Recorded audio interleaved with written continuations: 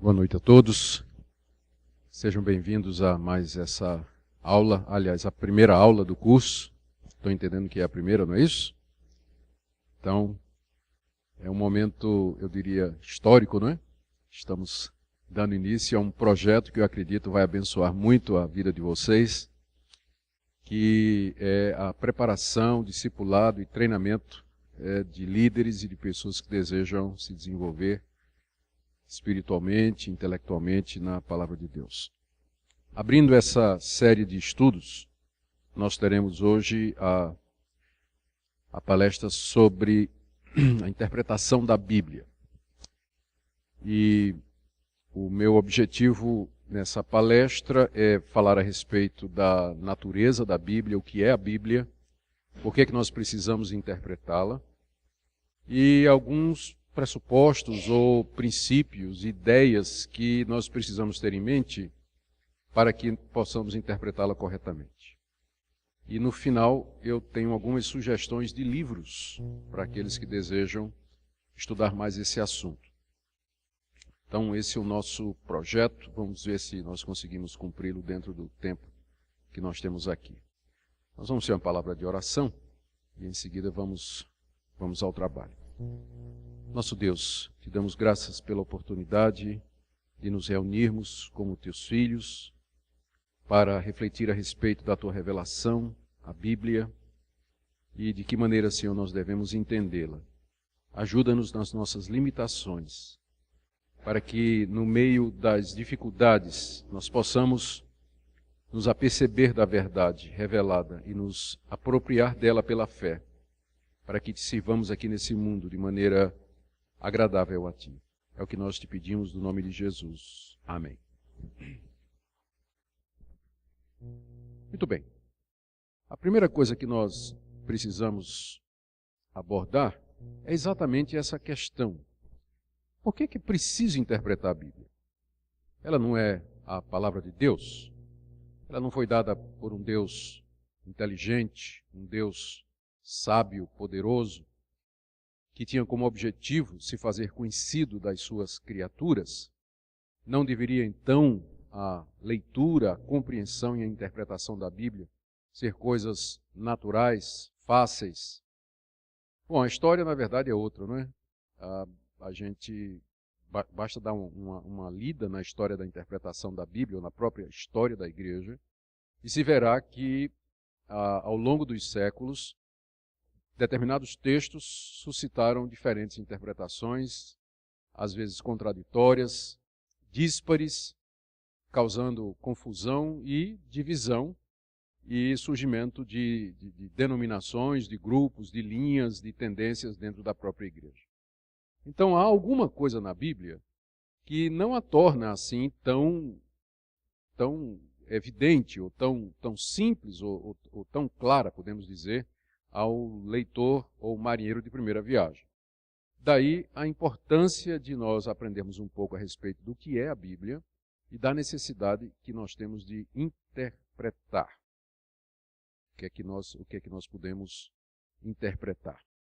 A palavra interpretar é a tradução de um verbo grego chamado hermeneu, que derivado do deus grego chamado Hermes. Na mitologia grega se acreditava que havia Zeus, que era o pai de todos os deuses, que morava num panteão, morava numa mansão celestial, cercado de outros deuses que eram seus filhos, e que quando Zeus queria falar, então ele mandava Hermes, o deus mensageiro, trazer a sua palavra para os moradores do mundo. E esse Hermes vinha e falava com uma sacerdotisa que havia na cidade de Delfos. E essa sacerdotisa interpretava para o povo a mensagem trazida pelo deus Hermes. Daí o verbo hermeneu, que significa interpretar ou entender a mensagem trazida pelos deuses, de onde vem a nossa palavra em português, interpretar. Então, interpretar é isso mesmo. Deus nos fala pela sua palavra, mas nós precisamos entender o que ele está dizendo. Daí a importância de nós é estudarmos esse assunto e encará-lo como sendo da maior importância para nós, porque todos nós queremos entender o que é que Deus nos fala através da sua revelação. Há duas coisas na Bíblia que tornam a interpretação natural, necessária. A primeira delas é o distanciamento entre a Bíblia e nós causado pela sua natureza humana. A Bíblia é um livro humano. Ela foi escrita por pessoas como você e eu. Ela foi escrita numa determinada cultura. Ela foi escrita em línguas humanas. Ela foi escrita para responder determinadas perguntas que seres humanos fizeram. Ela foi copiada e preservada por seres humanos. Então, em muitos sentidos, a Bíblia é um livro como qualquer outro livro. E ela está distante de nós, mais do que outros livros, primeiro, pelo aspecto temporal. O primeiro livro da Bíblia talvez tenha sido escrito há 4.000 anos e o último há 2. Então, nós estamos diante de um livro muito antigo.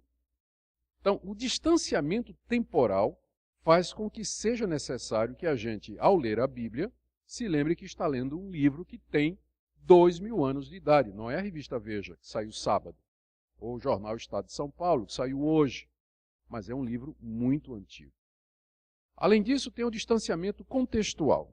A Bíblia foi produzida em culturas e contextos que não existem mais.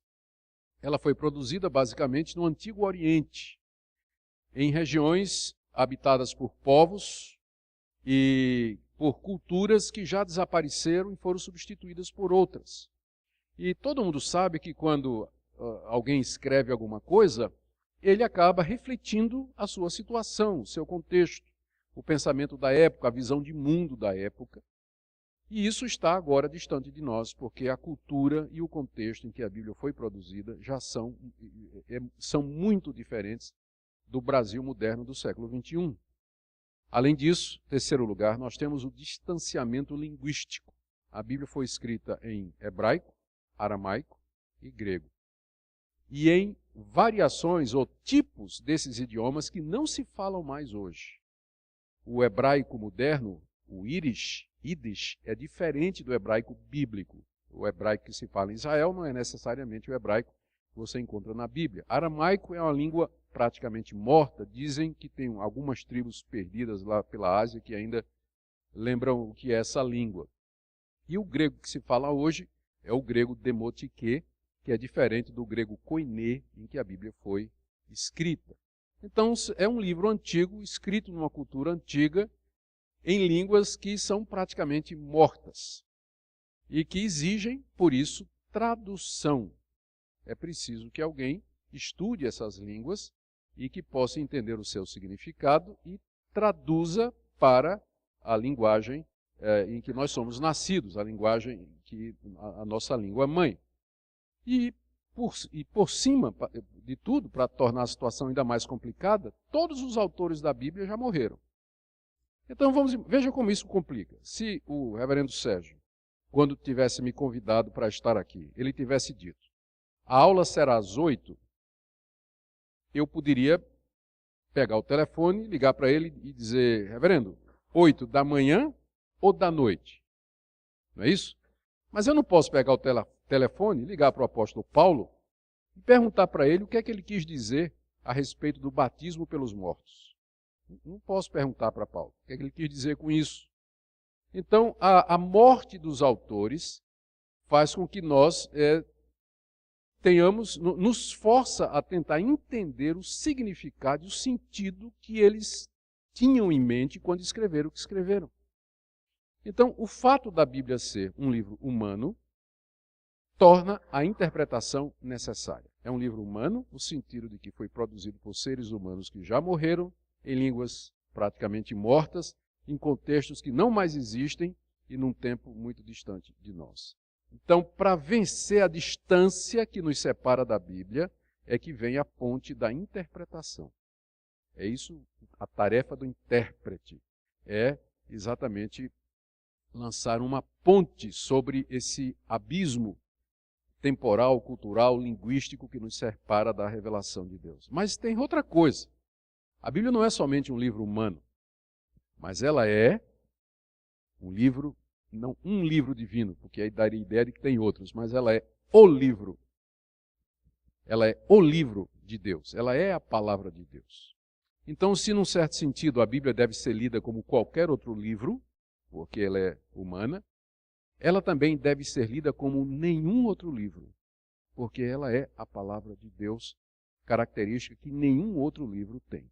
E porque ela é a palavra de Deus, o distanciamento aumenta.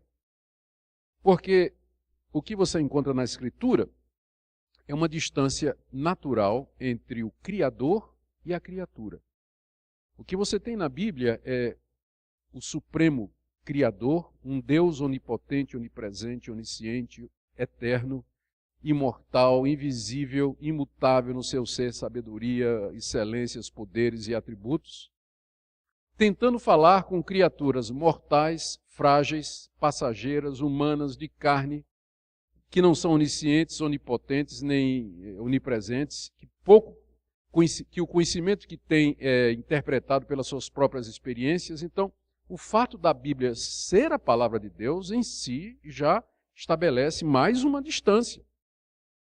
E o pior, segundo lugar, é que essa distância ela é acentuada pelo fato de que nós somos não somente criaturas, mas criaturas caídas, manchadas pelo pecado. O pecado não somente nos atacou moralmente, mas ele também nos limita epistemologicamente. A nossa capacidade de entender, de ser coerentes, a nossa lógica, o nosso raciocínio, a nossa capacidade, tudo isso também foi afetado pelo pecado. E por isso, a situação então é essa: criaturas limitadas e caídas, tentando entender a revelação de um Deus santo, justo, poderoso, bom, eterno, invisível, imortal, e por aí vai. Então, isso também exige de nós outra coisa. Se, por um lado, o distanciamento do lado humano da Bíblia exige a interpretação, ou seja, eu vou ter que estudar, vou ter que conhecer história, vou ter que conhecer grego, hebraico e aramaico, eu vou ter que ler arqueologia, eu vou ter que entender gramática, eu vou ter que entender literatura. Então, para interpretar a Bíblia, você vai ter que ralar.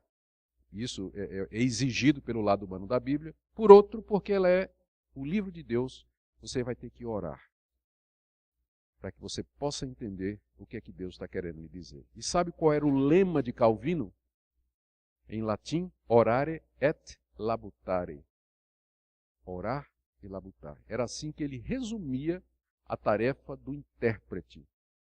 O intérprete, ele tem que orar, porque a Bíblia é um livro divino, ele tem que entrar em contato com o autor último da Bíblia e pedir orientação, e tem que labutar, ralar, não é? Uma expressão moderna, nos livros, para ele poder entender a voz de Deus através dos idiomas, do contexto da história em que a Bíblia nos foi escrita.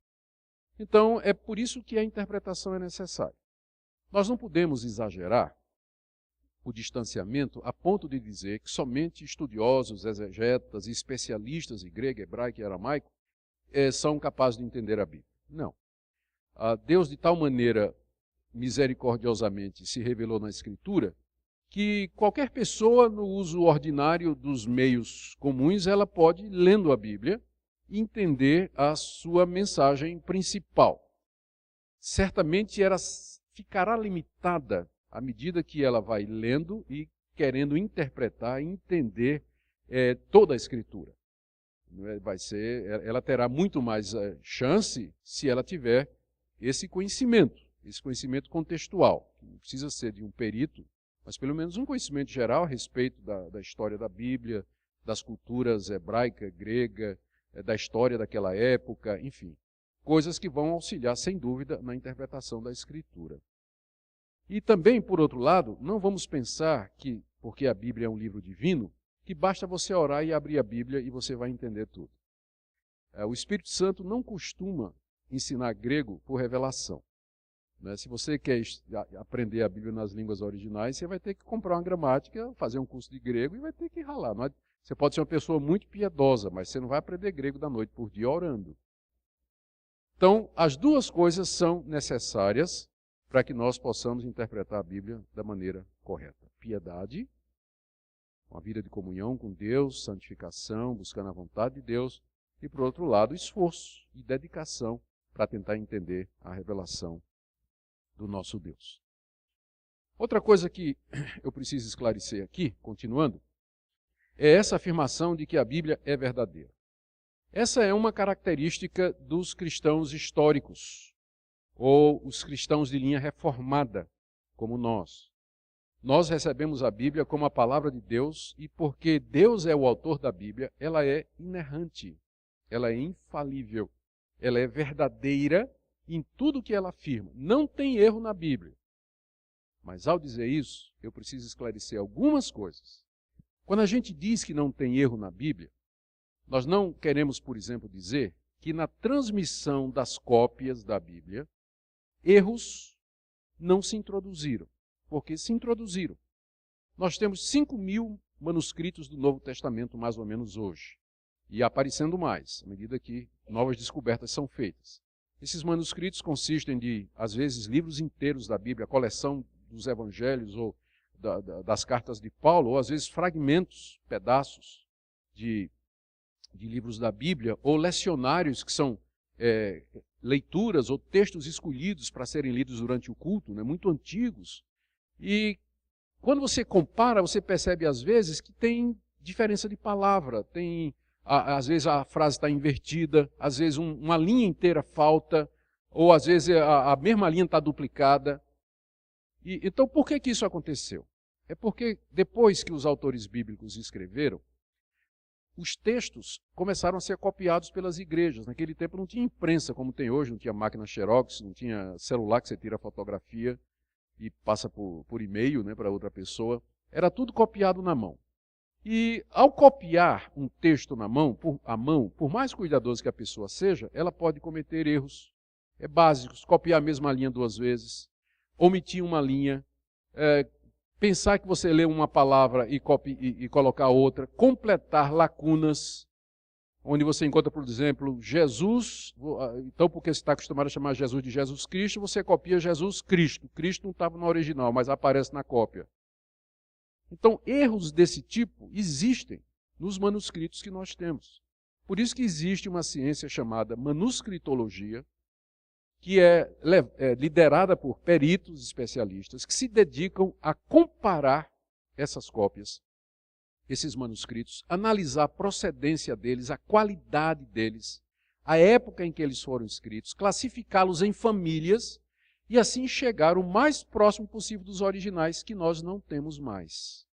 Nós não temos mais o original escrito da carta aos Romanos, não temos mais o original do Evangelho de Marcos. As cópias mais antigas que nós temos, elas datam do Antigo Testamento cerca de 100, 150 anos antes de Cristo, e do Novo Testamento a partir do 2º século, 3º século. Então, nenhum deles é o original. São cópias de cópias e de cópias. Pode ser que um dia a gente descubra o original, né? Mas, por enquanto, a gente tem cópia da cópia da cópia. Então, quando a gente está dizendo que a Bíblia é verdadeira, a gente está dizendo que os originais produzidos pelos autores inspirados por Deus, eles não tinham erro nenhum. Mas à medida que as cópias foram sendo feitas, apareceram então aqui e acolá algumas dessas diferenças. A boa notícia é que essas diferenças, elas são mínimas. Os estudiosos aí nos asseguram de que não chega a 5%. De toda a Bíblia, essas partes sobre as quais eles têm dúvida se pertencem ao original. E quando você vai dar uma olhada nesses 5, 7%, preposição, troca de preposição, inversão em vez de Jesus Cristo, Cristo Jesus, em vez de dizer observar, tem o verbo ver, troca um sinônimo, ou erros assim sem maior importância. E os que têm maior importância, eles não afetam qualquer doutrina básica da Bíblia Sagrada.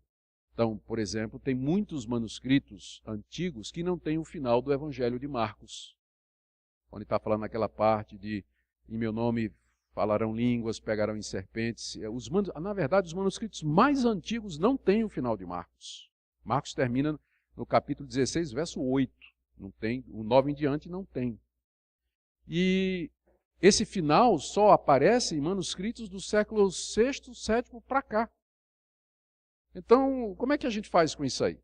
Alguns acham que isso não quer dizer absolutamente nada. Apenas que aquelas cópias que faltavam no Evangelho de Marcos, elas foram preservadas exatamente porque eram cópias ruins, ninguém usava, por isso não se gastou. Não é? E que as que têm o final de Marcos, que é a correta, elas foram sendo gastas e copiadas, de maneira que as mais antigas são do século VI e VII. Então, há diferentes interpretações. Mas mesmo que o final de Marcos, vamos supor, não tenha sido escrito pelo Marcos, inspirado por Deus, ainda assim, a doutrina, a teologia que você encontra ali, você encontra em outras partes da Bíblia. Então, num certo sentido, não faria falta, porque você não afeta nenhuma doutrina principal. Então, quando eu estou dizendo que a Bíblia é inerrante, tem que lembrar disso, a inerrância é restrita aos autógrafos, aos originais.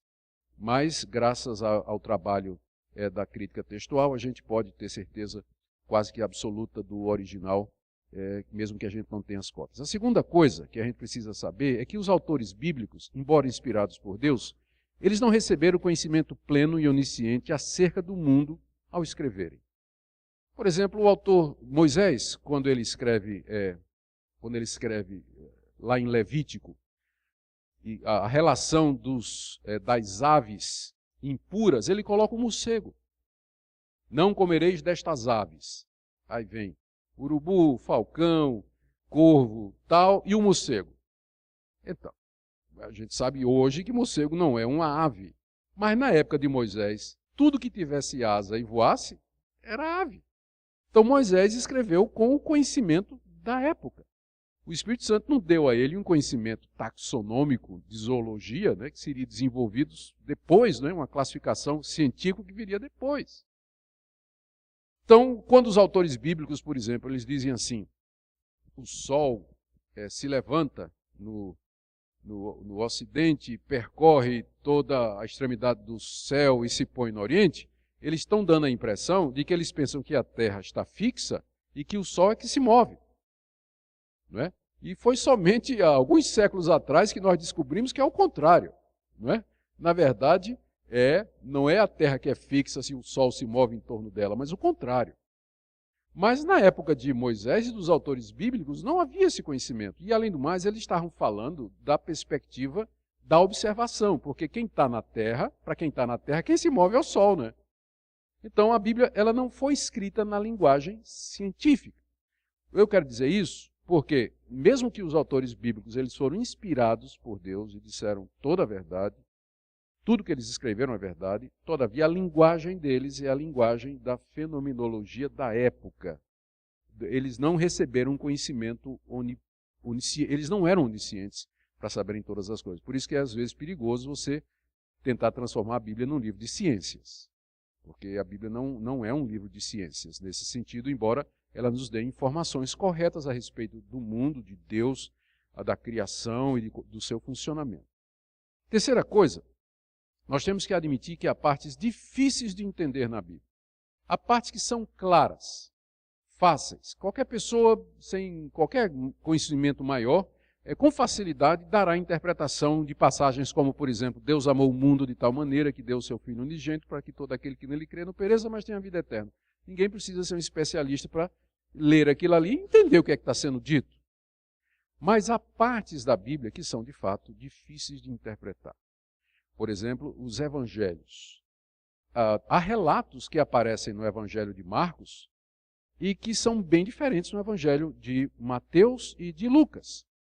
A história de Jesus entrando na cidade de Jericó, em que ele encontra um cego, e o cego fica pedindo para ser curado, segue Jesus, e Jesus cura o cego e despede o cego. Mas o outro evangelho diz que eram 2 cegos, e não um. E o outro evangelho diz que ele curou o cego na saída da cidade, e não na entrada. E como é que a gente faz com isso aí? Então, como é que a gente harmoniza isso aí? Então, essa é uma questão que a gente tem que tentar achar uma explicação. Tipo assim, eram 2 cegos, mas um é que falava. né? Então, por isso, um evangelista disse que era um só, porque o outro estava lá, mas quietinho no lugar dele. E o cego começou a gritar quando Jesus entrou na cidade. E ficou gritando o tempo todo. Quando Jesus estava saindo da cidade, Jesus curou. Então, um evangelista disse que foi na entrada, porque foi lá que começou, e o outro disse que foi na saída, que foi lá que terminou o processo, né? Então, depende de como você olha a história, não é verdade? Então, e como essa, tem muitas outras coisas que precisa a gente dar uma olhada, comparar e tentar entender porque é que, às vezes, entre os evangelhos, os relatos não batem ou não parecem bater, ou a cronologia do Antigo Testamento, determinados números, genealogias. Por exemplo, em Mateus, a genealogia de Jesus é completamente diferente da genealogia que você tem em Lucas. Como é isso? Então, há uma resposta mais evidente, né, que a de Lucas é a genealogia de Jesus por parte de mãe, e a de Mateus, a genealogia de Jesus por parte de pai. É razoável. Não explica tudo, mas é uma hipótese bastante razoável. Então, o fato de que tem partes da Bíblia que são difíceis não quer dizer que há erros ou contradições na Bíblia. Significa apenas que nós não temos informações suficientes para entender o que esse livro de 2000 anos de idade, escrito numa outra cultura, por pessoas que já morreram, em línguas que já morreram, o que é que esse texto quer dizer. Faz parte das dificuldades inerentes à Bíblia. A boa notícia é que todas as grandes verdades centrais da Bíblia são claríssimas em várias partes da Escritura. Não numa só, mas em várias partes da Escritura, e por isso nos tranquiliza. A outra coisa que eu quero dizer, outra coisa que eu preciso explicar é o seguinte: quando eu digo que a Bíblia é verdadeira, é infalível, inerrante, não estou dizendo que as traduções são inerrantes. Porque a gente tem que lembrar, quando abre a nossa Bíblia, que nós estamos lendo a Bíblia em português. A Bíblia não foi escrita em português. Você está lendo a tradução que foi feita de um texto hebraico, grego e aramaico. Então, nenhuma tradução ela consegue captar e transmitir com exatidão todas as nuances da língua original para a língua receptora. Isso é fato sabido e conhecido. Então, por isso, tem que lembrar desse aspecto. O que é que isso vai nos obrigar a fazer? Vai nos obrigar a estudar, não é? Vai nos obrigar a gente fazer comparações, pegar mais outras traduções, ver onde é que elas divergem e tentar entender por que elas são diferentes, para poder chegar. Eu vou falar mais sobre isso daqui a pouco. Mas eu quis dizer isso porque, às vezes, a gente olha para a Bíblia sem se aperceber da sua natureza e das dificuldades que estão envolvidas no processo de leitura e compreensão. E é por isso que tem tanta interpretação fajuta, né, da Bíblia, errada, né? Porque às vezes a pessoa se pega num ponto ou numa palavra, quando na verdade aquela palavra é apenas uma possível, é uma das várias que são possíveis como tradução de uma palavra no original, não é? E por aí vai. Mas eu não quero desanimar vocês, eu estou aqui exatamente para falar sobre a interpretação da Bíblia, né? Deixa eu falar um pouquinho aqui a respeito da obra do Espírito Santo na interpretação. Isso aqui é uma parte muito importante porque, como eu disse, nós estamos lidando com a revelação de Deus. E Deus nos deu o seu Espírito exatamente para que nós pudéssemos compreender a sua revelação. Nós dizemos que há 3 fases da obra do Espírito Santo no que respeita à feitura da Bíblia e a interpretação da mesma. Na primeira fase, que é a fase de revelação, Deus, pelo seu Espírito, se revelou aos autores bíblicos, sob a forma de sonhos, de visões, manifestações, teofanias, e de várias outras maneiras, como o autor de Hebreus nos diz. Deus outrora falou de muitas maneiras, muitas vezes aos nossos pais. O Espírito Santo, então, é através dele que Deus revelou às pessoas que ele escolheu a sua verdade. Por exemplo, um dia ele apareceu ao profeta Isaías. Ele se revelou ao profeta Isaías. Isaías teve uma visão em que Deus estava sentado no alto e sublime trono. O Espírito de Deus. O próprio Ezequiel, o profeta Ezequiel, o tempo todo está dizendo: o Espírito de Deus me tomou e me levou para. O Espírito de Deus me tomou e me levou para. Então, na primeira fase, o Espírito Santo revelou aos autores da Bíblia a vontade de Deus de diversas maneiras. Na segunda, ele inspirou esses autores na hora que eles foram registrar as revelações. E a inspiração é aquela supervisão do Espírito Santo na mente do autor humano, de tal maneira que ele ficou preservado de errar. Ele, fora daquele momento, ele cometia erros como qualquer outra pessoa, mas naquela hora que ele estava registrando a revelação, ele estava sendo inspirado infalivelmente pelo Espírito Santo, de tal maneira que o registro é a própria palavra de Deus. Ele escreveu exatamente o que Deus queria que ele escrevesse. Essa é a segunda fase. E a terceira fase consiste agora em o Espírito Santo me iluminar meu entendimento, para que eu possa entender aquilo que inspiradamente está registrado e que é fruto da revelação. Então, é nesse sentido, por exemplo, que nós reformados dizemos que não tem mais revelação, porque essa foi a primeira fase do Espírito Santo. Revelar a verdade de Deus a escritores que, inspirados, registraram essa revelação. O que nós queremos agora, o que nós precisamos agora, não é nem de revelação e nem de inspiração, porque nenhum de nós vai escrever Bíblia. O que nós precisamos é de iluminação, que o Espírito Santo ilumine o nosso entendimento, clareie a nossa mente, abra os nossos olhos para que nós compreendamos a revelação de Deus que já está na Bíblia. Então o Espírito Santo tem um papel preponderante e crucial no processo de interpretação. É preciso, embora muito de interpretação seja um processo mecânico, nada mais é do que a aplicação de regras, de gramática, de contexto, de lógica e tudo mais, todavia, porque a Bíblia é a palavra de Deus, é imprescindível que nós sejamos guiados nesse processo pelo Espírito Santo para chegarmos ao conhecimento salvador daquilo que a Bíblia nos diz. Eu quero fazer uma ressalva aqui. Eu não estou dizendo que se todos nós formos guiados pelo Espírito Santo, todos nós chegaremos às mesmas conclusões. A história da igreja está aí para provar que isso não é verdade. Você vai encontrar homens de Deus, como por exemplo John Wesley e George Whitefield, que eram homens de Deus, usados por Deus, ganharam almas para Cristo, eram homens piedosos, homens de oração, mas que divergiam profundamente quando chegava no ponto que era a questão da predestinação. Um não batia com o outro. Não conseguiam... Então, o fato de que você vai ser guiado por Deus não quer dizer que você sempre vai ter a interpretação certa. Quer dizer que o Espírito Santo vai lhe levar àquela verdade salvadora.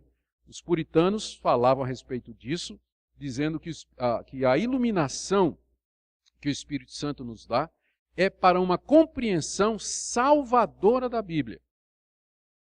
Deixa eu mostrar como isso funciona. Se eu pegar João 3,16 e der a um ateu e pedir que ele interprete, ele vai pegar e vai dizer assim, bom, aqui está dizendo, Deus amou o mundo. Bom, então, de acordo com esse texto, existe um Deus, eu não acredito nisso, mas existe um Deus, e esse Deus amou o mundo. O mundo aqui, pelo contexto, é as pessoas que moram no mundo. E diz aqui, de tal maneira que deu o seu filho. Bom, de acordo com esse texto, está dizendo que esse Deus tem um filho que é Jesus Cristo. Eu não acredito nisso, mas é isso que o texto está dizendo. Então, o ateu, ele vai entender o texto, gramaticalmente, literariamente. Mas no fim ele vai dizer, isso não tem nada para mim, eu não acredito nisso. A compreensão salvadora é que você não somente entendeu aquela mensagem, mas você diz assim, ele me amou e ele morreu por mim. Essa palavra é para mim, Deus está falando comigo. É isso que o Espírito Santo faz. Ele não vai lhe ensinar gramática, não vai lhe ensinar arqueologia nem história. Mas ele vai usar o que há de verdade no seu entendimento para guiar você a uma compreensão salvadora e levá-lo a Jesus. De qualquer forma, sob a liderança do Espírito, estudando, labutando, nós temos mais chance de chegar à compreensão correta do que é que esse livro maravilhoso nos quer dizer. Uma coisa que é muito importante na interpretação é você admitir que ninguém consegue fazer interpretação no vazio. Colocando de outra maneira, as nossas experiências, as nossas crenças, aquilo que nós somos, a nossa constituição, essas coisas funcionam como um óculos através do qual você enxerga a realidade. Todo mundo olha para a realidade com óculos. Não existe uma leitura nua, não há, como dizem, bruta facta, fatos brutos. Todos são interpretados. Então não existe uma leitura neutra de nada, nem na ciência. Os cientistas não são neutros como eles querem, às vezes, parecer. Porque um cientista é uma pessoa que tem crenças, tem pressupostos, tem ideologias, e estas coisas influenciam na leitura e na interpretação. Na verdade, se eu estiver usando um óculos amarelo, com lente amarela, eu vou ver tudo amarelo. Se eu estiver usando um com lente rosa, eu vou ver tudo rosa. Então, as lentes, elas influenciam o enxergar da realidade. Então, eu estou usando essa metáfora para dizer que, na interpretação, aquilo que você acredita vai fazer a diferença. E essa é a razão pela qual há tantas diferentes interpretações. Não é que o texto seja difícil às vezes, mas é por causa dos pressupostos, das crenças e das convicções das pessoas, que fazem com que elas leiam de uma maneira diferente. A igreja chamada reformada, ou que nós nos consideramos como, na verdade, aquela linha que vem desde a época de... É muita pretensão, mas todo mundo pretende isso, então a gente também, né? Então nós entendemos que nós estamos... Esse tipo de coisa que eu vou dizer agora, ela vem sendo feita desde a época de Jesus. O verdadeiro cristianismo, ele tem alguns pressupostos, algumas convicções que formam as lentes pelas quais nós enxergamos o mundo e a própria Bíblia. Primeiro, que Deus existe. Existe um Deus.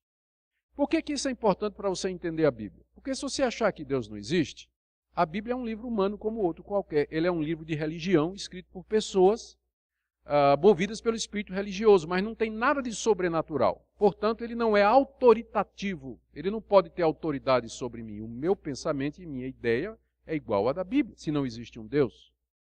Ou se existe um Deus, mas esse Deus é um Deus que está distante, ele não se envolve com a raça humana. É a mesma coisa.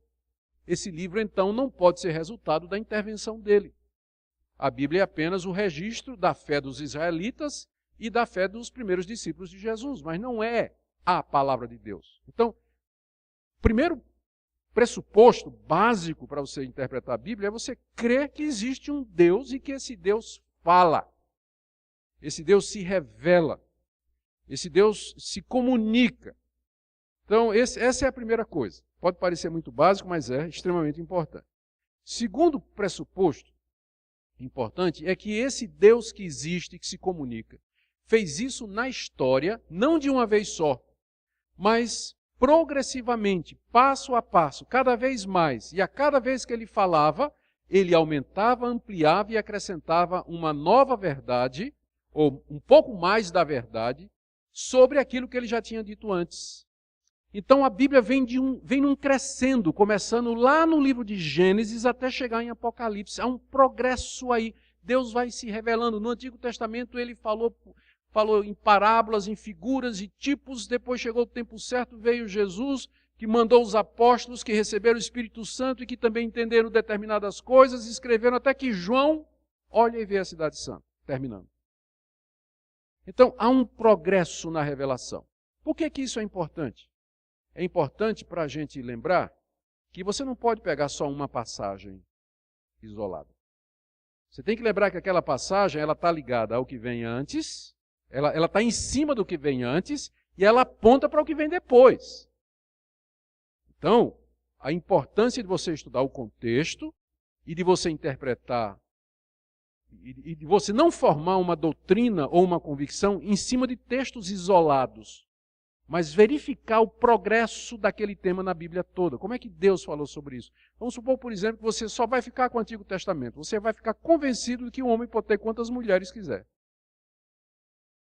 Porque os grandes heróis da Bíblia no Antigo Testamento tinham 2, 3. Salomão tinha trocentas mulheres, né? Então, se você pegar só o Antigo Testamento, você vai pensar que aquele é o modelo de Deus para o casamento. Não. Deus foi revelando aos poucos a vontade dele para essa instituição tão importante para a raça humana. E você, quando lê o Antigo, à luz do Novo, você percebe que o plano de Deus sempre foi, no começo, um homem e uma mulher.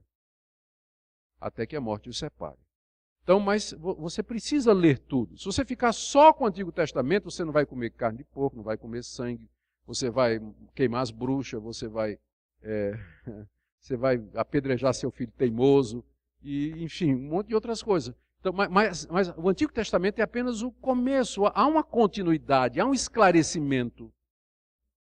Então, a revelação é progressiva. Isso significa que você tem que estudar a Bíblia toda. Você não pode ser... Deus deu 66 livros. Ele não deu um só, não. Deu 66. Então, e numa ordem, não é? Então, é importante que você lembre disso. Uma outra coisa que eu já antecipei quando falei da existência de Deus, é que esse livro é a questão da inspiração e da autoridade da Bíblia. Você tem que... Isso vai fazer toda a diferença. Vamos voltar àquela questão do problema dos evangelhos.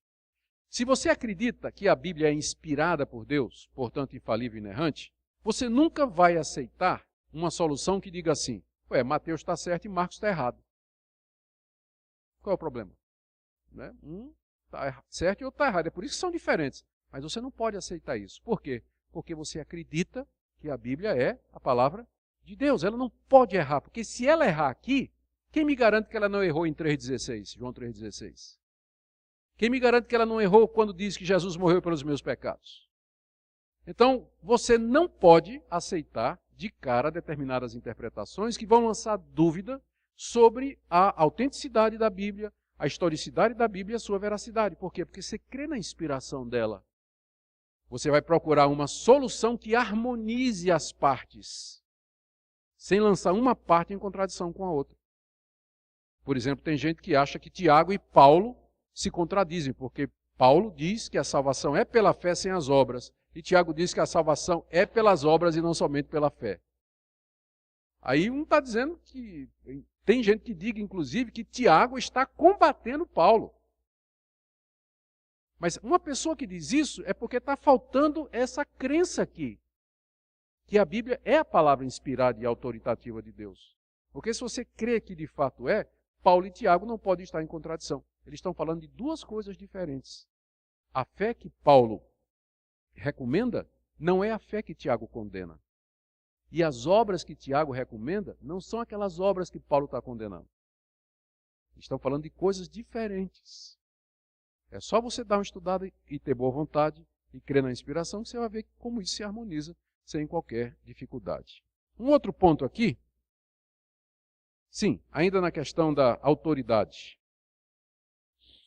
A importância de você crer na autoridade da Bíblia é que é isso que vai determinar a sua razão de interpretá-la. Qual é o seu propósito de ler um livro antigo, de uma oriental? Para que você vai ler? Curiosidade? De museu? Você não é colecionador, você não é historiador, você não é arqueólogo. Qual o seu interesse em ler a Bíblia? Você só tem um interesse em ler a Bíblia. Porque você acredita que ela é a palavra de Deus e que Deus ali fala autoritativamente e que ali está o que Deus quer para você. Portanto, a Bíblia tem autoridade. Você quer interpretá-la para que você possa obedecê-la. Não é isso? Se você for ler a Bíblia com outra intenção, ela vai se fechar para você, eu lhe garanto. Como Jesus diz, quem quiser saber, vai entender a vontade de Deus. Então, se você vai para a Bíblia querendo ouvir a voz de Deus, se sujeitar a ela e obedecê-la, ela vai se abrir para você. Mas se seu interesse é apenas uma curiosidade, satisfazer perguntas que você, na verdade, não pretende nem obedecer, qualquer que seja a resposta, não vale, garanto a você que não vale a pena. Tem livro mais interessante para você ler. Tá? Tem muita coisa mais interessante para você ler do que esse livro velho.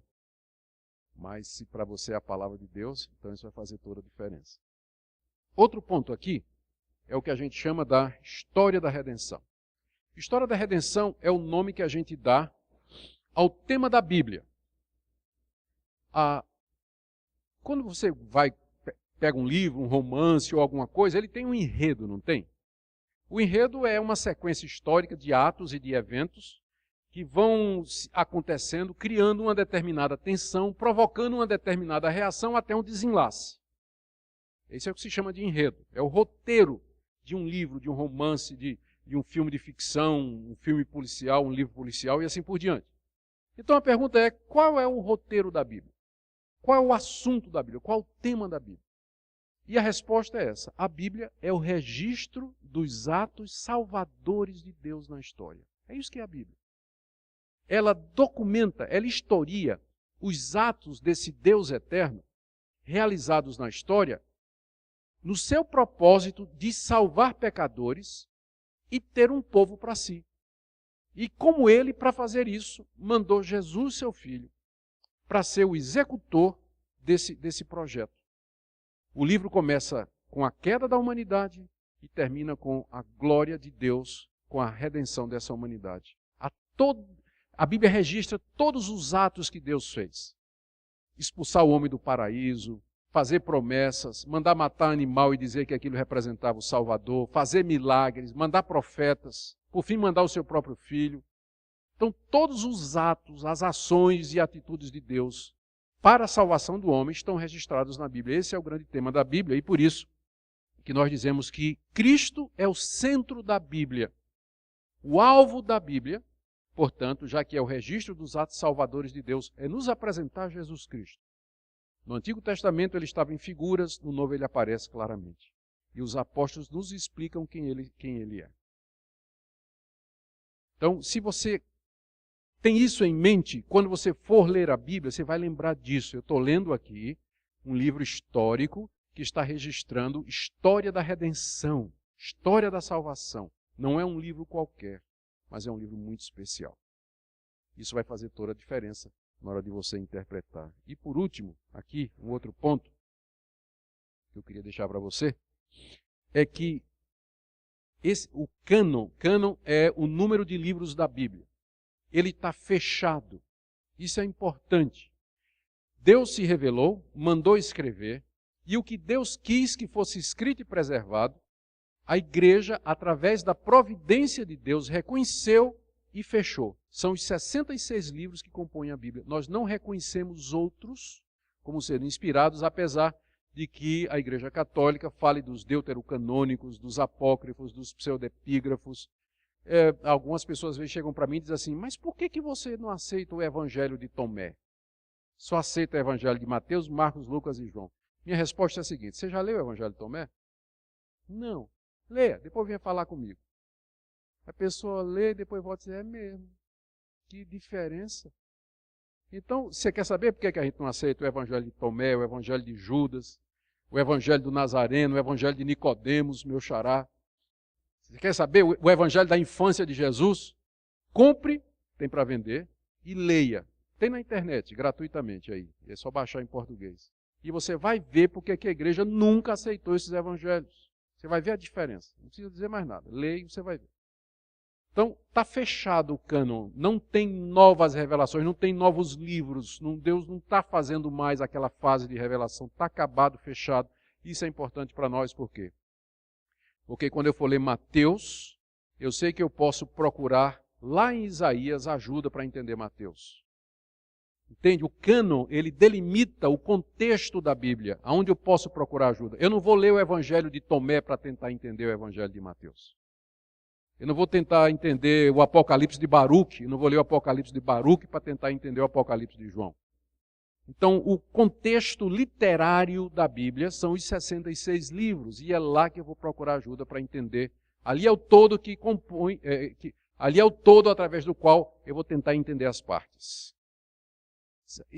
Para você ter uma ideia de como isso é importante, acaba de ser lançado nos Estados Unidos um livro intitulado Um Novo Testamento para os Dias de Hoje.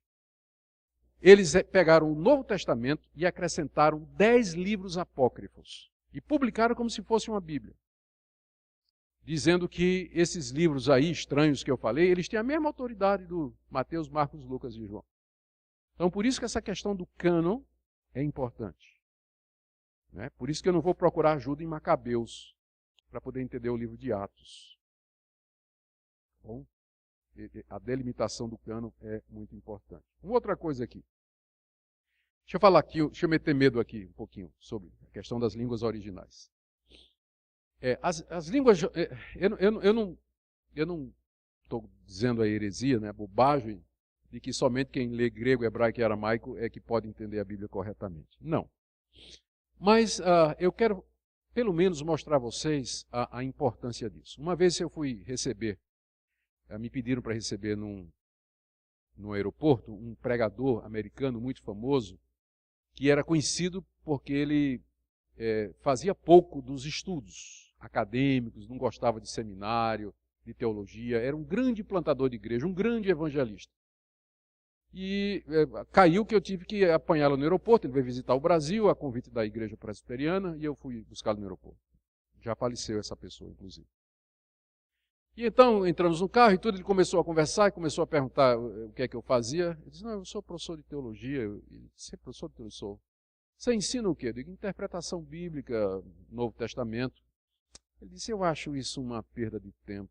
Nós podíamos estar ganhando alma e podíamos estar aí evangelizando o mundo e fica aí esses estudiosos estudando essas coisas e tudo mais. Eu perguntei, a sua Bíblia é em que língua?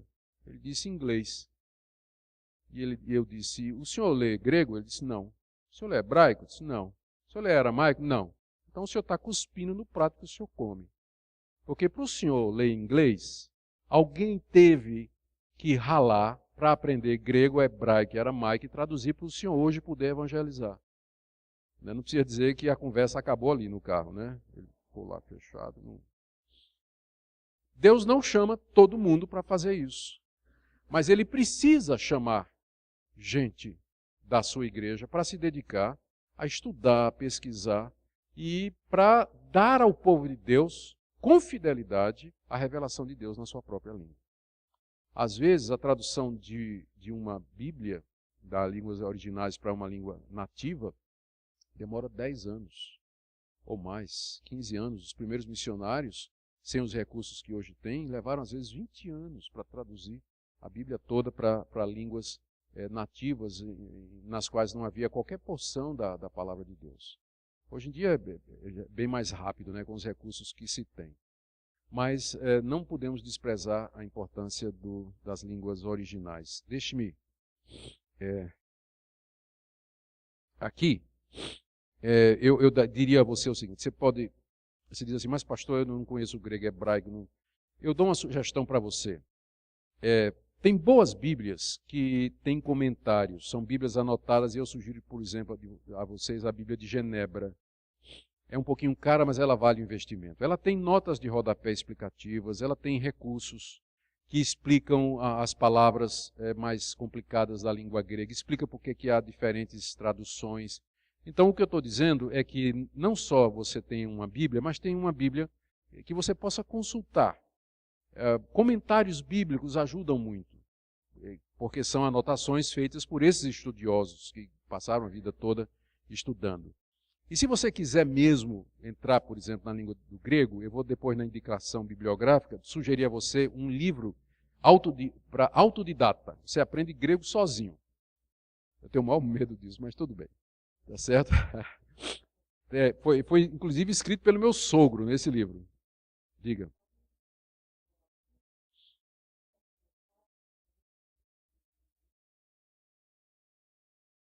Olha, tá vendo? Já está vendendo Bíblia de Genebra aqui. Tá? 40% de desconto, é só falar com ela depois. Se tiver uma grande quantidade, né? Grande quantidade é o quê? 3, 4? De 5 para cima. Se vier outra coisa junto, ganha os 40 também. Então, tá ficando boa a coisa, tá? Eu vou dar depois aqui uma bibliografia e, de repente, né, quem tiver interesse, ela consegue um bom desconto. Mas as línguas originais, elas são, de fato, elas fazem alguma diferença para nós. Deixa eu só dar um exemplo para vocês que me ocorreu agora. Uma vez eu ouvi um sermão de um pastor muito famoso, em cima daquela passagem em que Paulo está pregando, eu acho que é o rei Agripa, e que o rei Agripa diz assim, estás louco, Paulo? Não, ele diz assim, Paulo, por pouco me convences a me tornar cristão. É Agripa, não é isso? Agripa ouviu a pregação de Paulo e disse, por pouco você me persuade a me tornar cristão. E esse grande pregador fez um grande sermão em cima disso. E o título é O Quase Cristão. O pecador que fica, não é, persuadido e influenciado e faltou esse tiquinho para ele se tornar cristão. Só que, na verdade, o que o texto original está trazendo, e a culpa não é do pregador, é que ele não consultou o original. O texto original, da verdade, é um deboche. Agripa está dizendo assim, você acha que com tão pouco você me persuade a me tornar cristão? Para você ver a diferença, compare, por exemplo, a Almeida com a NVI. Uma diz de um jeito e outra diz do outro. E a Bíblia, na linguagem de hoje, você vai ver que as três divergem a respeito disso. Então não era importante ele ter dado uma olhada no original? Não é porque é uma palavra difícil, é uma construção difícil no original, e os tradutores tiveram que fazer uma decisão. Um achou que a Agripa estava quase convencido, e o outro achou que a Agripa estava debochando, porque as duas interpretações são possíveis gramaticalmente. Eu, pessoalmente, acho que a Agripa estava debochando. Dizendo a Paulo assim, você acha que com tão pouco você me convence a me tornar cristão? Não é? Que, se não me engano, é a NVI, ou a Bíblia na linguagem de hoje, que segue essa interpretação. Só para mostrar a importância dele ter, pelo menos, consultado, né, uma outra tradução ou original grego, antes de construir um sermão muito bonito, mas no texto provavelmente errado. Né? E aqui entra realmente a questão da avaliação das traduções. Já que a gente não vai estudar grego, nem hebraico, nem nada, a solução é a gente depender das traduções. E ainda bem, embora muita gente ache que é muito ruim, mas na verdade eu acho muito bom que nós tenhamos muitas traduções boas na língua portuguesa. Porque, diante do quadro que eu acabei de falar para vocês, esse número grande de traduções vai facilitar o nosso trabalho de fazer comparação. Quando a gente vai avaliar a tradução, a gente tem que levar em consideração algumas coisas. A primeira delas é a recomendação do pastor. Pastor, qual é a melhor tradução? Tal. Obrigado. Pronto. Resolvido o assunto, né? Mas se você não quiser usar esse recurso, aqui tem algumas dicas a respeito de como você pode avaliar as traduções. Primeira é a identidade e capacidade de tradutores. Primeira regra número 1, desconfie de traduções que foi feita por uma pessoa só. Não é bom. As melhores traduções são aquelas feitas por uma equipe. E é óbvio a razão. Não é? Porque se você está fazendo uma tradução sozinho, se você errar, você não vai ter ninguém para dizer, olha, não é bem assim. Mas as grandes traduções, como as grandes sociedades bíblicas do mundo todo, e tem várias, elas nunca entregam a tradução de um texto a uma pessoa só. Elas formam uma equipe de gente especialista nas línguas originais, especialista em literatura, em arqueologia, história, em todas as ciências, em hermenêutica, em filologia, todas as disciplinas e ciências que estão relacionadas com o trabalho de tradução. E essas equipes trabalham anos a fio.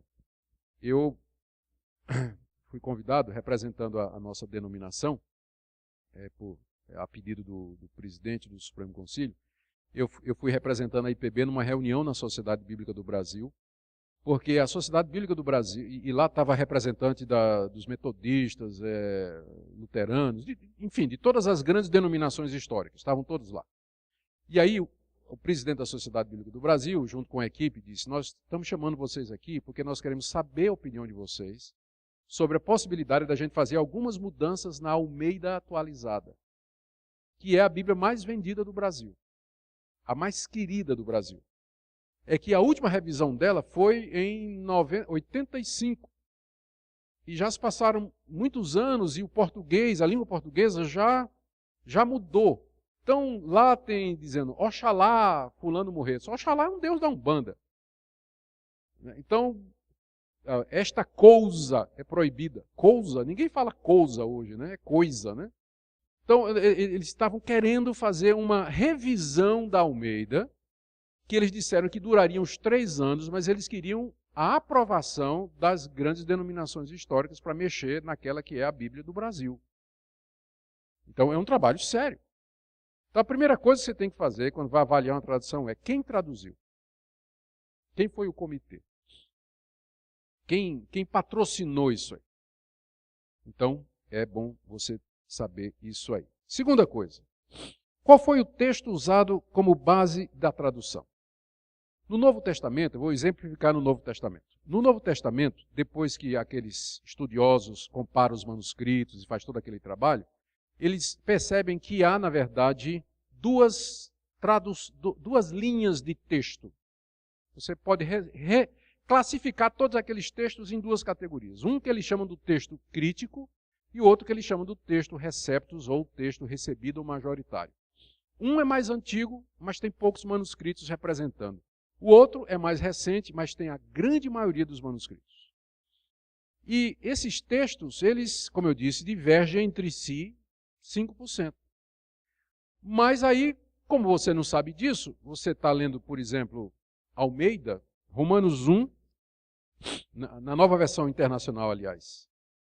Você está lendo Romanos 8:1 na nova versão internacional e diz assim: portanto, agora já não há condenação para os que estão em Cristo Jesus. Aí você pega Almeida corrigida e vai ler, e Romanos 8 diz assim: portanto, agora já não há condenação para os que estão em Cristo Jesus, que não andam segundo a carne, mas segundo o Espírito. Opa! Aí você olha de novo, peraí. Tem uma frase inteira que está na Almeida e que não está na NVI. Por quê? Resposta. A NVI usa o texto crítico. E a Almeida corrigida usa o texto grego majoritário. E esse é um dos pontos em que eles divergem. Romanos 8:1. É maior no texto majoritário do que no texto crítico. Aí você fica arrancando os cabelos, né? Dizendo, estão me enganando, né? Ou então é um erro aqui, ou qualquer outra coisa assim. Não. É porque há dois textos gregos principais. E as sociedades bíblicas no Novo Testamento utilizam ou um ou outro. Eu vou dizer quem utiliza o que daqui a pouco. Outro exemplo. Se você ler na nova versão internacional, 1 de João 5, 7 e 8, diz assim: há três que dão testemunho: o Espírito, a água e o sangue, e os três são um. Se você ler na Almeida corrigida, diz assim: três são os que dão testemunho no céu. Aparece a palavra no céu aí. O Pai, a palavra e o Espírito Santo. E esses três são um. E continua: e três são os que dão testemunho na terra: o Espírito, a água e o sangue. Esses três concordam em um. Tem uma frase inteira falando da Trindade na versão corrigida que não aparece na NVI. Por quê? A resposta é aquela que eu já dei. O texto crítico não tem a segunda parte que fala da Trindade, enquanto que o texto majoritário tem. Então, como uma segue um texto e a outra segue o outro, então, quando eles traduziram, essas diferenças aparecem. Então, antes de você arrancar os cabelos, a melhor coisa é você ter as duas, comparar e perguntar por que é que às vezes está diferente. E a resposta vai ser, quase sempre, que reflete uma diferença no manuscrito original, que não é importante porque a doutrina da Trindade, por exemplo, não depende dessa passagem, né? Para a gente provar a doutrina da Trindade, tem centenas de outros textos na Bíblia que nos falam a respeito disso. A terceira coisa, gente, eu estou com a impressão de que quando sair daqui você vai jogar sua Bíblia fora, né? Nunca mais eu quero interpretar a Bíblia. O alvo não é esse. O alvo é tornar você um leitor avisado, né? Consciente do que é que você está fazendo, tá? Para que você possa interpretar a Bíblia corretamente. A terceira coisa que você tem que levar em consideração é a filosofia da tradução empregada. Existem basicamente duas filosofias de tradução. A primeira delas é chamada equivalência formal. A equivalência formal é o método de tradução em que você traduz palavra por palavra, literalmente. Por exemplo, lá em Filipenses, Paulo diz assim, no grego. Uma tradução formal do grego diz assim: amai-vos uns aos outros com entranhas de afeição. A palavra entranhas é a palavra grega splagna, que significa tripa. Então, Paulo está dizendo, literalmente, Vocês amem-se com aquelas emoções que vêm das tripas. Então, uma tradução formal, como por exemplo a Almeida Revista e Corrigida e a Trinitariana, diz isso: amai-vos com entranháveis, de entranha, com entranháveis afetos. Mas se você pensa assim, mas o que é entranhável? Por que é entranhável afeto? Bem, é porque naquela época os gregos pensavam que as emoções estavam nas tripas. E é lógico, porque qual é a primeira parte afetada quando você tem medo? É a tripa, né? Rapaz, deu um frio na barriga. Até hoje a gente diz isso. Né? Então, mas a mentalidade moderna diz que os sentimentos estão no coração. Por isso que a NVI traduz assim: amai-vos de coração. É uma equivalência dinâmica. Ela fez a pergunta: qual é o equivalente em português àquilo que foi dito em grego? Em vez de traduzir palavra por palavra, ela traduz conceito por conceito. Então, às vezes, a pessoa pergunta, diz assim: a melhor tradução é a literal. Não. Lá no Salmo, Davi diz assim: eu louvo a Deus porque ele ungiu o meu chifre. Está lá. Por quê? Porque a palavra para poder em hebraico é a palavra chifre, por causa da alusão ao boi, que é um animal poderoso. Só que aí você vai encontrar, as traduções mais antigas falam disso aí, o chifre do poder, que as versões que usam a equivalência dinâmica traduziram: eu louvo a Deus porque ele me dá forças. Porque é isso que Davi quis dizer. Então, tem dois tipos de tradução. Então, quem é que usa a tradução mais literal? A Almeida Corrigida, a Trinitariana, parece, se não me engano, a Almeida Fiel. Eles seguem mais assim a linha, querer seguir mais próximo do original, o que nem sempre é bom. E a Bíblia na linguagem de hoje, por exemplo, ela já abusa da equivalência dinâmica, porque ela é quase que uma paráfrase, ela reescreve a Bíblia toda, e nesse sentido vai também a mensagem, se não me engano, do Eugene Peterson, que é tão popular por aí, né? É a tradução de um homem só, usando a equivalência dinâmica. Então, se alguém me pergunta, recomenda? Eu disse, não recomendo. Você pode ter assim para consulta, mas não como a sua Bíblia de leitura, de meditação e de estudo, porque não está qualificada para isso. Né? Então, não sei quem de vocês aí o escândalo que causou na internet, a chamada Bíblia Freestyle, de um tal de Ariovaldo Júnior, que pegou a Bíblia traduzindo, Jesus dizendo assim: ó, cara, qual é a tua, mano? Para com isso, bicho. Traduzindo assim a Bíblia, né? Foi uma maior confusão na internet, gente a favor, gente contra, né? Mas se você usar essa regra que eu estou dizendo aqui, quem é que traduziu? E qual foi o texto que ele usou? Para dizer a verdade, ele nem traduziu do grego, né? Ele pegou em português e adaptou. Não é nem uma tradução aquilo ali. Aquilo eu não sei nem o que é. Não vou dizer o que é que eu penso, não. Tudo bom. Tá? Então, as versões mais respeitadas do Brasil, as traduções, elas procuram ficar no meio desses dois extremos, equivalência formal e equivalência dinâmica, como, por exemplo, a Almeida e NVI. Então, a Almeida e NVI, elas ficam ali no meio. A NVI puxando um pouquinho mais para a equivalência dinâmica e a Almeida atualizada ainda um pouquinho no lado formal. Mas basicamente são as duas Bíblias mais usadas no Brasil hoje, não é? E eu creio que elas são as de melhor qualidade no que diz respeito à filosofia de tradução, a qualidade dos intérpretes e tudo mais. Minha sugestão é que você tenha várias versões para comparação. Eu tenho várias versões.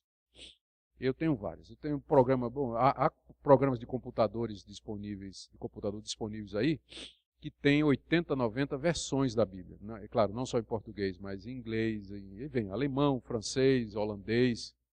E se você arranhar um pouquinho essas línguas, aí fica bom espanhol. Aí dá para você vendo e fazendo comparações, e isso vai ajudar bastante essa questão das traduções. Deixa eu falar aqui mais um pouquinho, meu tempo está acabando já, né? É até que horas, pastor? Já acabou, né? Gente, eu quero só correr aqui. A questão do gênero literário. O gênero literário é É o nome que se dá ao tipo de literatura que você está lendo. Novela, poema, poesia, história, são gêneros literários. E cada gênero literário tem que ser interpretado de uma maneira diferente. Uma parábola não pode ser interpretada como você interpreta uma narrativa. Não é isso? Vou dar um exemplo de como isso é importante. O livro de Jonas. O que é o livro de Jonas? O livro de Jonas narra a história de como aquele profeta fugiu da ordem de Deus no navio. Deus mandou uma tempestade, veio um grande peixe, engoliu, ele passou 3 dias lá no fundo do mar, na barriga do peixe. Ele era tão ruim que o peixe não aguentou, vomitou na praia. E Jonas então foi para Nínive pregar o evangelho. A pergunta é, qual é o gênero literário de Jonas? Jonas é história ou Jonas é uma parábola? Ou uma lenda? O que é aquilo ali? Então, veja como isso é importante para determinar a interpretação. Se para você aquilo ali é histórico, então você vai ler aquilo como história, como fato acontecido, e você vai procurar entender o que é que Deus estava querendo dizer e transmitir com aqueles atos que ele realizou e que estão registrados no livro de Jonas. Mas se para você aquilo é uma história, é uma parábola elaborada por alguém, a sua pergunta vai ser, então, qual era a intenção daquela pessoa em elaborar aquela parábola? Qual era o ponto que ele queria dizer? Que a gente tem que amar os inimigos? Então, a definição do gênero literário já vai determinar a sua interpretação.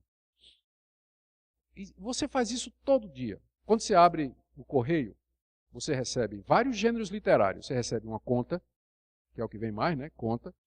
Você recebe propaganda, você recebe uma carta de amor da sua esposa e você recebe o jornal. Você não vai, se você ler a carta de amor da sua esposa como você lê a conta, não é? Ou vice-versa. Não é isso? Então você de cara, quando você bate os olhos, isso aqui é uma conta. Não é isso? Quando você vai ler uma carta, você bate os olhos, isso aqui é uma carta, e aquilo já orienta a sua interpretação. Por isso que é importante, quando você está lendo a Bíblia, você perguntar, o que é isso que eu estou lendo? O relato de Gênesis, Gênesis 1, 2 e 3. Deus criou o mundo em 6 dias. Aquilo é história ou aquilo é lenda, mito fundante? A determinação vai fazer toda a diferença na interpretação. Eu creio que é história. Jesus acreditava que era. Ele cita várias vezes como sendo história. Então eu fico com Jesus. Certo? Mas a determinação vai ser fundamental para a interpretação do texto. Deixa-me falar de outra coisa aqui. Só mais um ponto. Então, terminando, regras básicas. Note aí. Primeira, lembre quando você for interpretar que a mensagem central da Bíblia é a revelação de Deus em Jesus Cristo. Aquilo que nós chamamos de história da redenção. É importante, quando você está lendo um livro, você ter uma ideia do que é que o livro está falando. Não é isso? Se você for ler um livro de geografia pensando que ele é um livro de física, não vai fazer sentido. Mas então você tem que entender o que é que você está lendo. Você está lendo a revelação inspirada, registrada dos atos salvadores de Deus na história, da qual Jesus Cristo é o centro. Segunda regra, a melhor intérprete da Bíblia é a Bíblia. Você está lendo, por exemplo, Lucas e diz assim, bem-aventurados os pobres, porque deles é o reino dos céus. Aí você diz, puxa, Jesus está dizendo que todo pobre vai para o céu.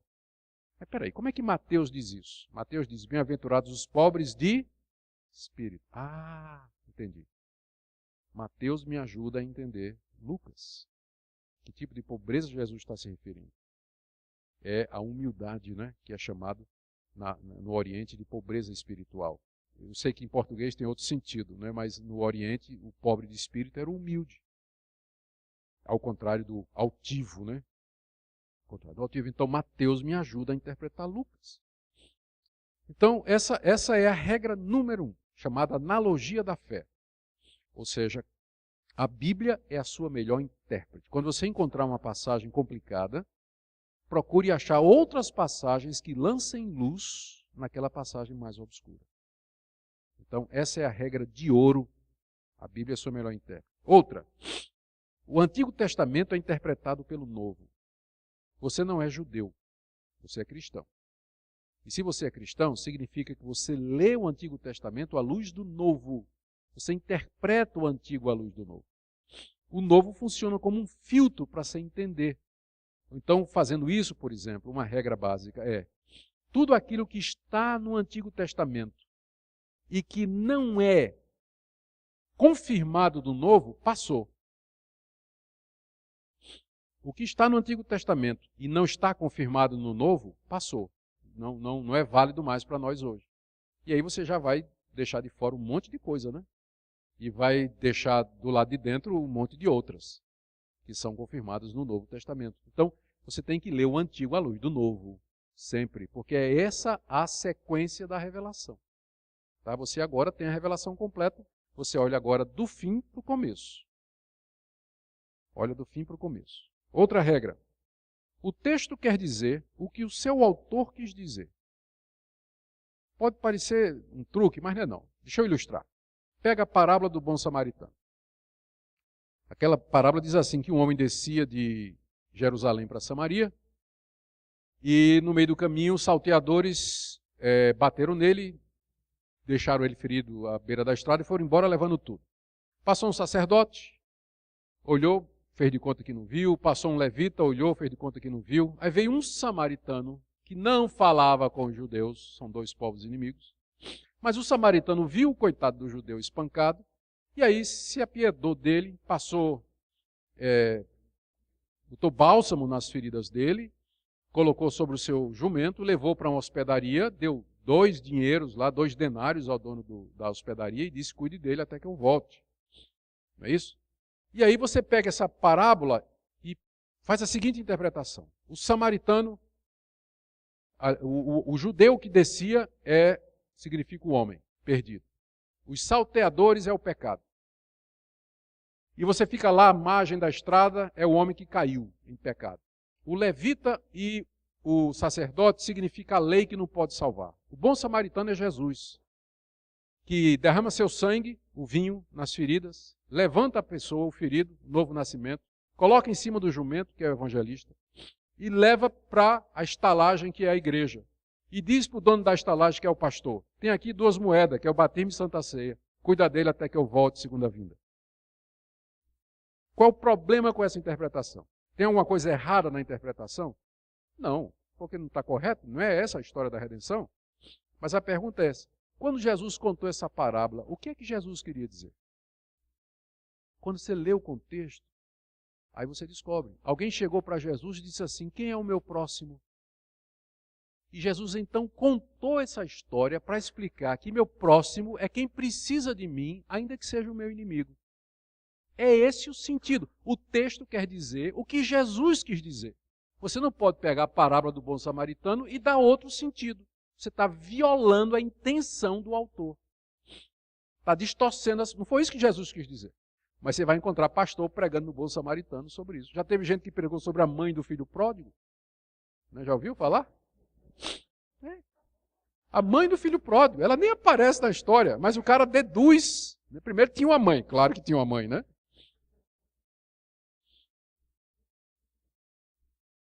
Então, o texto quer dizer o que o autor quer dizer. Sua primeira pergunta, quando você está interpretando a Bíblia, é o seguinte: o que é que Jesus quis dizer? O que é que Paulo quis dizer? Você não pode dar interpretações diferentes diferente da intenção do autor do texto, porque você mesmo não gostaria se alguém fizesse isso com uma coisa que você escrevesse, não é verdade? Você às vezes coloca uma coisa na internet, no Facebook, no Twitter, e alguém distorce as suas palavras. Você fica brabo, não fica? Epa, não foi isso que eu estou dizendo, não. Como é que você acha que Deus se sente quando você faz a mesma coisa com a Bíblia, né? Então, o texto quer dizer o que o autor quis dizer. E para você saber o que o autor quis dizer, você tem que ler, você tem que estudar, perceber pelo contexto, a sequência do pensamento, ligar as coisas e você vai saber o que é que ele quis dizer. E aqui isso me leva ao segundo ponto. O sentido natural deve ser preferido ao figurado.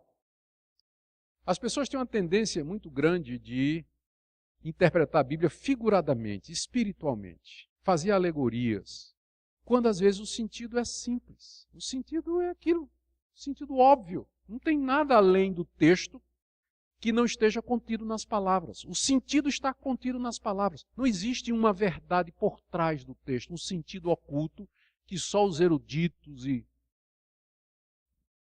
os capazes poderiam descobrir. Como aconteceu muito na Idade Média, quando a Igreja Católica começou a criar doutrinas, então apareceram os intérpretes que começavam a dar interpretações figuradas para a Bíblia, surgiu a famosa quadriga. A quadriga dizia que cada passagem bíblica tinha 4 sentidos. O natural, que era o bruto, que estava na cara. Depois o anagógico, que era uma lição moral. Depois o cristológico, que apontava para Cristo. E o espiritual, que era o que tinha a ver com a minha salvação. Então, por exemplo, quando encontrava a palavra Jerusalém, Jerusalém significava, primeiro, a capital de Israel, segundo, a igreja que está no céu, terceiro, o meu lar celestial quando eu morrer, e quarto, significa a maneira que eu devo andar nesse mundo. Mas quando Mateus escreveu Jerusalém, ele quis dizer tudo isso? Não. Quando ele escreveu Jerusalém, estava se referindo à capital de Israel. Então tem muita gente que vai ver sentido espiritual, né, na Bíblia, que não tem. Orígenes, que foi um dos primeiros a fazer isso, um cara do século III, se não me engano, quarto ou segundo, por aí. Orígenes, ele comparou a Bíblia ao corpo humano, ao homem, dizendo assim, da mesma forma que o homem é corpo, alma e espírito, a Bíblia tem 3 sentidos, equivalente ao corpo, alma e espírito. O corpo é o texto, a letra que mata. Mas o sentido verdadeiro é o espírito, que está lá dentro escondido, e só os espirituais podem conhecer. A Bíblia é um livro fechado que só os espirituais podem conhecer. Você às vezes vê, o pastor prega, né, uma mensagem, e chega lá na saída a ovelhinha. Pastor, que coisa maravilhosa, eu nunca vi isso na Bíblia. Não viu porque não está lá, né? O pastor foi buscar não sei onde, aquilo ali, não está lá. Então, já me aconteceu de alguém me dizer isso, pastor, eu nunca vi isso na Bíblia. Eu sei. Então, prefira o sentido natural. O sentido primário é o sentido natural, lógico, óbvio, literal do texto. Quando o sentido literal for impossível, então a segunda opção é o espiritual. Por exemplo, Jesus disse, eu sou a porta. Se você interpretar literalmente, não faz sentido. Jesus não é uma porta de madeira. Logo, segue-se que Jesus está usando uma metáfora. O sentido é figurado. Então, a primeira tentativa sempre é sentido literal. Se não funcionar, se for absurdo, então é provável que você está diante de uma símile, de uma metáfora, de uma parábola, e aí você vai procurar pelo contexto para saber qual é o sentido que melhor cabe aí. Bom, cada texto, outra regra, olha, cada texto tem apenas um sentido, mas muitas aplicações. Cada texto tem só um sentido, não adianta procurar muito sentido, ele só tem um que é aquele pretendido pelo autor, mas ele pode ter muitas aplicações. Salmo 23, o Senhor é meu pastor, nada me faltará. Qual o sentido disso aí? É um sentido só, que Deus cuida de mim como um pastor cuida das ovelhas, ponto. Mas esse texto pode ser aplicado quando eu estou doente, quando eu estou desempregado, quando eu estou numa crise, quando eu estou me sentindo sozinho. Ele tem muitas aplicações, mas são derivações ou extensões do sentido, o único sentido do texto. É porque as pessoas acham que a Bíblia tem muitas... Não vê o pessoal dizendo isso? Não, a Bíblia tem muitas interpretações, você pode interpretar de qualquer maneira. Peraí, como interpretar de qualquer maneira? Você queria que alguém fizesse isso com o seu contrato de trabalho, lá na sua empresa? Seu chefe dissesse, tem muitas interpretações, vou diminuir o teu salário. Você queria? Mas por que? Não quer, né? Mas quando chega na Bíblia, né, cada um quer interpretado de qualquer jeito. É por isso que tem essa confusão aí. Porque tem algumas regrinhas simples, né, que eu estou dizendo aqui, que nos ajudam. E por fim, gente, todo texto deve ser entendido à luz de seu contexto. O contexto é o que vem antes e o que vem depois. Tem um contexto imediato, que são os versículos que estão antes e depois. Tem um contexto mais remoto, que é o capítulo todo, e às vezes o livro todo. A melhor coisa é você estudar livros inteiros da Bíblia. Estude livros inteiros. Lembra aquelas caixinhas de promessa? Vocês lembram daquela caixinha de promessa? Misericórdia. Eu me lembro da caixinha de promessa. Uma caixinha bonitinha, cheia de versículos, assim, aqueles cartõezinhos. E o crente de manhã, todo dia, ele puxava um versículo, né? Até ajudava, né? Mas tudo bem. Mas o problema é que aqueles versículos, eles foram tirados do contexto. E eu me lembro da história de alguém que puxou um versículo que estava assim: um ao outro ajudou e ao seu companheiro disse, esforça-te. E virou até lema de campanha da SAF, eu me lembro. Né?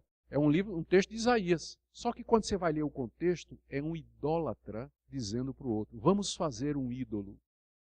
Um idólatra ao outro ajudou e ao seu companheiro disse, esforça-te, queimemos a madeira, cortemos bem, façamos um ídolo, façamos um Deus. Era só ler o contexto, você vai ver. Que ali não dá para você usar como lema da SAF. Ou de qualquer outra coisa da igreja. Ali é um idólatra dizendo para o outro. Para fazer um Deus. Pela risada eu estou vendo que alguém usou já, né? Então, o contexto é importante. Você lê o texto em porções grandes. Gente, eu termino aqui com indicações bibliográficas. Tá? Olha aí. Ó. Um livro bom para quem quiser começar a estudar o Antigo Testamento. Na verdade, são dois. O livro de Arnold, Descobrindo o Antigo Testamento, e de Lassor, Hubbard e Bush, não é o Bush dos Estados Unidos não, tá? Introdução ao Antigo Testamento.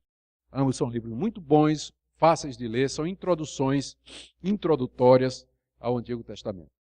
Se você quiser o novo, o clássico, muito bom, completo, de gente crente, boa, firme e capaz, é Introdução ao Novo Testamento, de D.A. Carson, Douglas Moo e Leon Morris, três estudiosos muito crentes e muito capazes também. Geografia e Arqueologia da Bíblia. Recomendo dois livros. O primeiro, eu acho que é o melhor, o Panorama do Novo Testamento, do Gundry, e o melhor no Antigo é esse livro de Hill, Panorama do Antigo Testamento. Ele descreve os costumes, arqueologia, história do Antigo Testamento. Isso ajuda você a ler, a entender a vida desses homens. Se você quiser entrar no hebraico, tem uma gramática básica aqui, que é a de Futato, publicada pela Cultura Cristã em 2010. Ela é boa também. Grego, o livro aqui do meu sogro, Francisco Leonardo Schalkvik, Pequena Gramática de Grego Neotestamentário. É um livro autodidata. Você dá para pegar um pouquinho de grego aí. Hermenêutica, que é a arte da interpretação. Sugiro Princípios de Interpretação Bíblica do Berkhoff. É um livrinho, essa finuria assim, que traz muito do que eu falei aqui.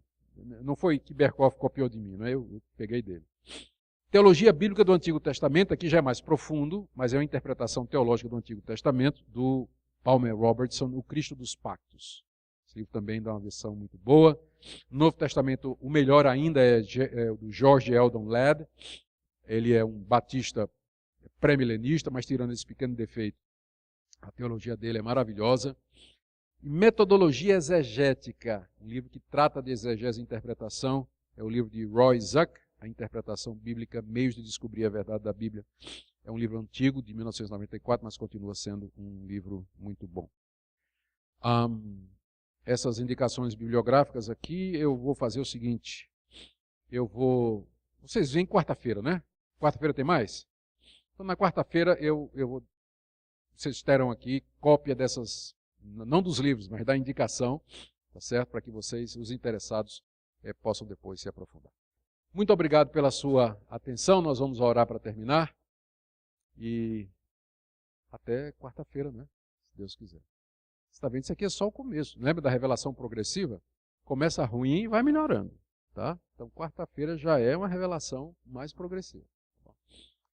Pai querido, obrigado pela tua Bíblia, obrigado pela tua revelação, obrigado pelo Espírito que é o intérprete no nosso coração, obrigado pela igreja, pelos homens que o Senhor levantou através das épocas, que oraram e labutaram para nos dar a Bíblia na nossa língua.